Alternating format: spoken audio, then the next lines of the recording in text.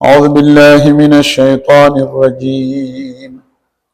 بسم الله الرحمن الرحيم. ألم نجعل الأرض مهادا والجبال أوتادا وخلقناكم أزواجا وجعلنا نومكم سباتا وجعلنا الليل لباسا وجعلنا النهار معاشا وبنينا فوقكم سبعا شدادا صدق الله العظيم. அல்ஹம்துலில்லாஹ். சூரத்து நபையினுடைய ஆரம்பத்திலே இருந்து சுமார் 16 ஆயத்துக்கள் வரைக்குமே அல்லாஹ்வுடன் சம்பந்தப்பட்ட சில விஷயங்களையே அல்லாஹ் குறிப்பிடுகிறார்.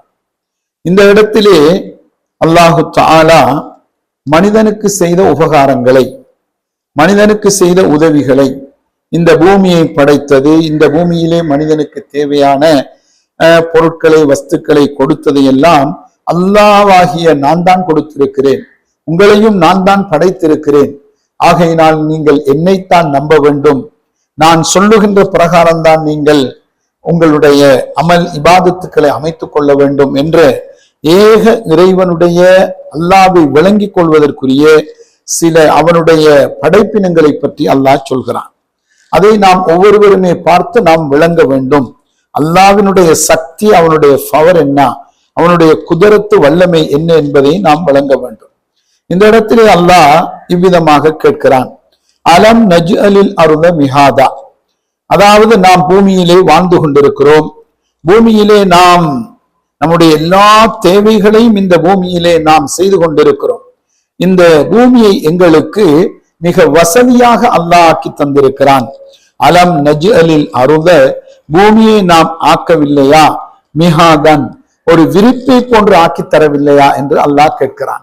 எவ்விதம் ஒரு இடத்திலே நாம் ஒரு விரிப்பை விரித்து அந்த விரிப்பிலே நாம் உட்கார்ந்து கொள்கிறோம், நாம் படுத்துக் கொள்கிறோம், நாம் சாப்பாடு சாப்பிடுகிறோம், மற்ற எங்களுடைய எல்லா தேவைகளையும் அழகாக செய்து கொள்கிறோம். இப்படியெல்லாம் செய்வதற்கு உங்களுக்கு இந்த பூமியை ஒரு விருப்பு மாதிரி நான் ஆக்கி தரவில்லையா? விதமாக செய்து தந்த என்னை நீங்கள் நம்ப வேண்டும் அல்லவா? என்னை நீங்கள் விசுவாசம் கொள்ள வேண்டும் அல்லவா? என்னை விட்டுவிட்டு நீங்கள் நான் படைத்தவற்றை நீங்கள் கடவுள் என்றும் தெய்வம் என்றும் நீங்கள் வணங்குவது நியாயமா என்பதை போல அல்லாஹ் கேட்கிறான். மனிதனுக்கு செய்த முதல் உபகாரம், பூமியை மனிதனுக்கு தோதுவான முறையிலே, எந்த ஊரிலே, எந்த நாட்டிலே, எந்த கண்டத்திலே வாழ்ந்தாலும் அந்த இடத்திற்கு நாம் போய்விட்டால் நாம் வாழ்வதற்கு தோதுவாக அந்த பூமி அமைந்து விடுகிறது. நாம் தூங்குவதற்கு தோதுவாக அந்த இடம் அமைந்து போய்விடுது. நாம் சுவாசிப்பதற்கு தோதுவாக அந்த இடத்திலே அல்லாஹ் அதற்குரிய ஏற்பாடுகளை செய்து தந்துகிறான். அதனால் தான் கேட்கிறான், அலம் நஜ்அலில் அர்த மிஹாதா, உங்களுக்கு நாம் இதை ஒரு விரிப்பை போன்று உங்களுக்கு நான் ஆக்கி தரவில்லையா? நீங்கள் கொஞ்சம் சிந்திக்க வேண்டாமா? இரண்டாவது ஆயத்திலே இவ்விதம் அடுத்து சொல்கிறான், வல் ஜிபால அவுதாதா, பூமியை விருப்பு மாதிரி நாம் ஆக்கிவிட்டோம். சரி, இந்த பூமி ஆடாமல் அசையாமல் இருப்பதற்காக நாங்கள் மலைகளை நாங்கள் அப்படியே ஒவ்வொரு இடத்திலே நாம் நிறுவி இருக்கிறோம். பூமியிலே நாம் பார்க்கிறோம், நமது நாட்டை எடுத்துக்கொண்டாலும் சரி, வெளிநாடுகளை எடுத்துக்கொண்டாலும் மலைகள் இருப்பதை பார்க்கிறோம். இந்த இடத்திலே அல்லாஹ் சொல்கிறான், மலைகளை நாம் தான் உருவாக்கினோம். அவைகளை எப்படி என்றால், இந்த பூமிக்கு ஒரு முளைகளாக ஒரு இடத்திலே ஒரு டென்ட்டை அடிப்பதற்கு எவ்விதம் நாம் கணுக்களை அல்லது குச்சிகளை அல்லது கம்புகளை நாங்கள் நாட்டுவோமோ, அதே போன்று இந்த பூமி ஆடாமல் அசையாமல் இருப்பதற்கு அந்த மலைகளை நாம் படைத்திருக்கிறோம் என்று அல்லாஹ் சொல்கிறான். வல் ஜிபால அவுதாதா வஜஅல்னல் ஜிபால சாபித்தன், இந்த பூமி ஆடாமல் அசையாமல் இருப்பதற்காக வேண்டி நாங்கள் இந்த மலைகளை நாங்கள் உருவாக்கி இருக்கிறோம். அதே போல வஹலக்னாக்கும் அஸ்வாஜா, அடுத்து மூன்றாவது விஷயத்துக்கு அல்லாஹ் வருகிறான், மனிதர்களாகிய உங்களை நாம் படைத்திருக்கிறோம். அதே போல மற்றும் உண்டான ஜீவராசிகளை நாம் படைத்திருக்கிறோம். இவைகள் அனைத்தையும் நாம் எப்படி படைத்திருக்கிறோம்?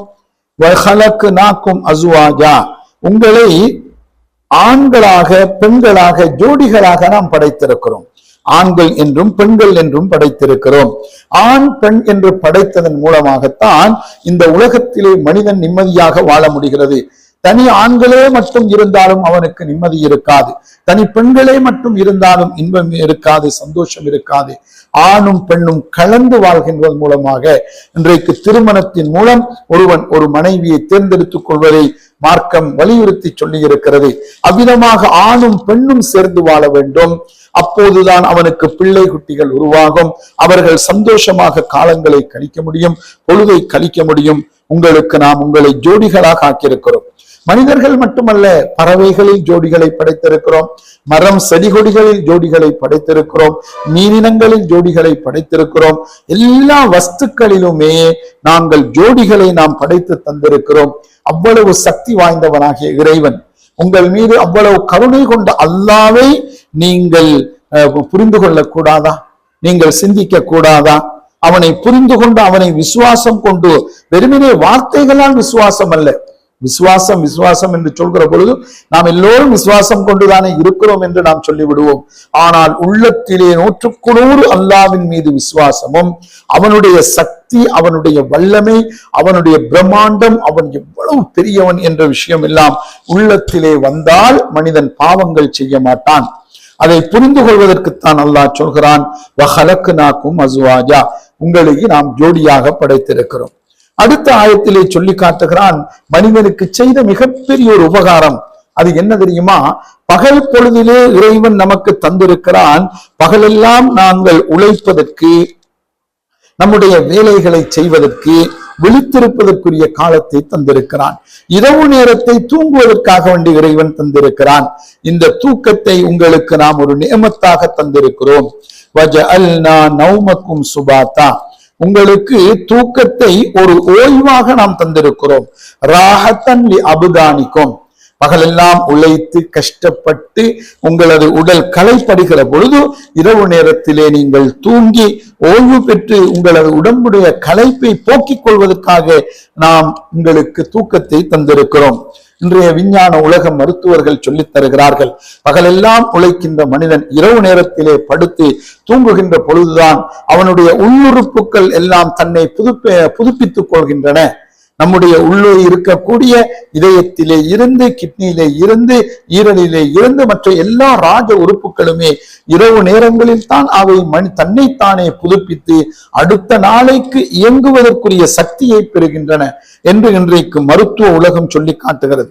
அதைத்தான் அல்லாஹ் சொல்லிவிட்டான் பாருங்கள், வஜஅல்னா நௌமக்கும் சுபாத்தா, உங்களுடைய உடலுக்கு ஒரு ராகத்தாக, ஓய்வாக, ஒரு நிம்மதியாக நாங்கள் ஆக்கி தந்திருக்கிறோம்.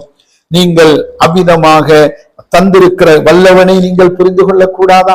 அவன் செய்த உங்களுக்கு நியமத்தை, அதாவது ஒரு மனிதனுக்கு தூக்கம் இல்லை என்றால் அவனுக்கு பைத்தியம் பிடித்து விடும்.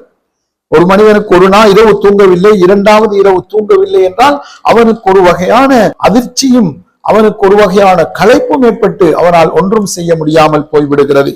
ஆனால் இன்றைக்கு ஒரு துரதிஷ்டம் என்னவென்றால், எல்லாம் வல்ல அல்லாஹ் எங்களுக்கு உடலுக்கு ராகத்துக்கு இரவு நேரத்தில் தூங்குவதற்கு வாய்ப்பு தந்திருக்கிறான். ஆனால் எங்களுடைய மக்களோ இன்றைக்கு சாதாரணமாக இரவு 12 மணி வரைக்கும் தூங்குவது இல்லை. விடிய விடிய சிலர் இன்றைக்கு இந்த போன்கள் மூலமாக அல்லது வேறு ஏதாவது படங்கள் மூலமாக பொழுதுகளை கழித்து கொண்டு, அதிகமானவர்கள் முஸ்லீம்களும் தான், முஸ்லீம் அல்லாதவர்கள் தான், இரவெல்லாம் சந்தோஷமாக இருக்கிறோம், மகிழ்ச்சியாக இருக்கிறோம் என்று இரவெல்லாம் சில பாவகாரிய பொழுதுகளை கழித்துக் கொண்டிருப்பதை எல்லாம் இன்றைக்கு பார்க்க முடிகிறது. அதன் மூலமாக அதனுடைய விளைவு அவர்களுக்கு என்ன? அவர்களுடைய உடம்பும் கெட்டு, அவர்களுடைய காசு பணங்களும் வீணாகி, அவர்களுடைய வாழ்க்கை வீணாகி போய்விடுவதை நாங்கள் பார்த்து கொண்டிருக்கிறோம். அபீதமாக சொல்லிவிட்டு வஜஅல்னா நௌமக்கும் சுபாத்தா, அதே நேரத்திலே வஜஅல்னல் லைல லிபாசா, அதனுடன் சேர்ந்து அல்லாஹ் சொல்கிறான், இரவை உங்களுக்கு ஒரு ஆடையை போன்று தந்திருக்கிறோம். இரவு நேரத்திலே வெளிச்சம் எல்லாம் நூந்து இருக்க நமக்கு எவ்விதம் ஒருவனுக்கு ஒரு ஆடை அவனை ஒட்டி கொள்ளுமோ, அதே போன்று இரவு நேரத்திலே அவனுக்கு நாங்கள் அந்த ஆடையை போன்று தந்திருக்கிறோம். அதனுடைய அர்த்தம் என்ன?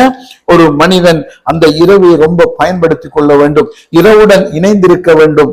இரவுடன் இணைந்திருப்பதென்றால் இரவு நேரத்திலே வேலைகளை எல்லாம் விட்டுவிட்டு, தொழில்களை எல்லாம் விட்டுவிட்டு உடம்புக்கு ராகத்து கொடுக்க வேண்டும். அடுத்தது இறைவனுடன் தொடர்பை ஏற்படுத்தி கொள்ள வேண்டும் என்கின்ற செய்திகளை இந்த ஆயத்தின் மூலமாக சொல்கிறான். இவற்றை நாம் புரிந்து கொள்வோம். இன்ஷா அல்லாஹ் அடுத்த ஆயத்துக்களையும் அடுத்த தொடர்களை நாம் பார்ப்போம். எல்லாம் வல்ல இறைவன் அருள் புரிவானாக.